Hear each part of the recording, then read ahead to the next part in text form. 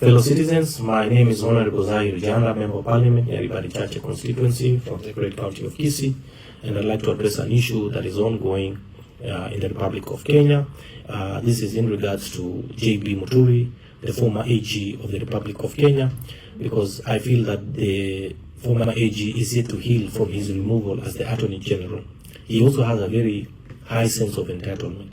And Kenyans need to ask themselves, why will he have kept quiet about the abduction of his son and come and talk about it now, 7 months down the line? I mean, it is not right, you know.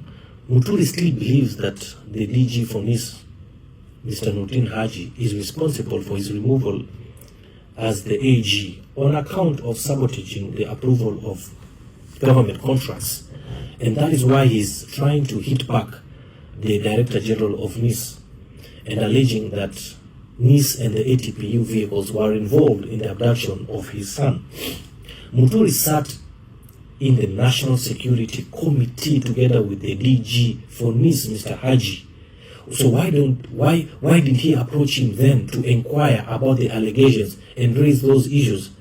Muturi should stop those claims that it was the ATPU vehicles that were involved, and yet ATPU is not a unit of NIS, but part of the police service.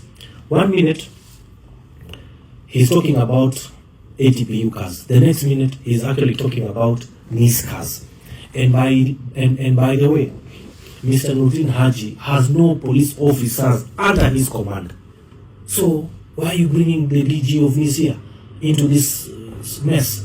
Muturi is actually looking for the easiest person to blame for the abductions, because he's simply putting blame on the DG of NIS, because he knows that the DG cannot come out to defend himself anywhere due to the delicate nature of his work, as NIS should not be a subject of public discussion. And Muturi knows that if he puts blame on the DCI or the police officers, they will go after him and they want him to prove his allegations and eventually even charge him. So that is why he is blaming Nordin Haji, because he knows he will do nothing.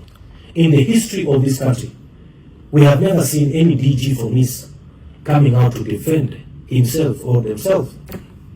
The same conspirators that were working with Muturi and Rigathi are still the same forces behind the 26th of June protests. They are now raising their heads high, blaming the government and the president and the DG for NIS. On the same way, on the 26th of June 2024, the DG, the Rigathi Gachagua blamed the Nordin Haji for all his woes.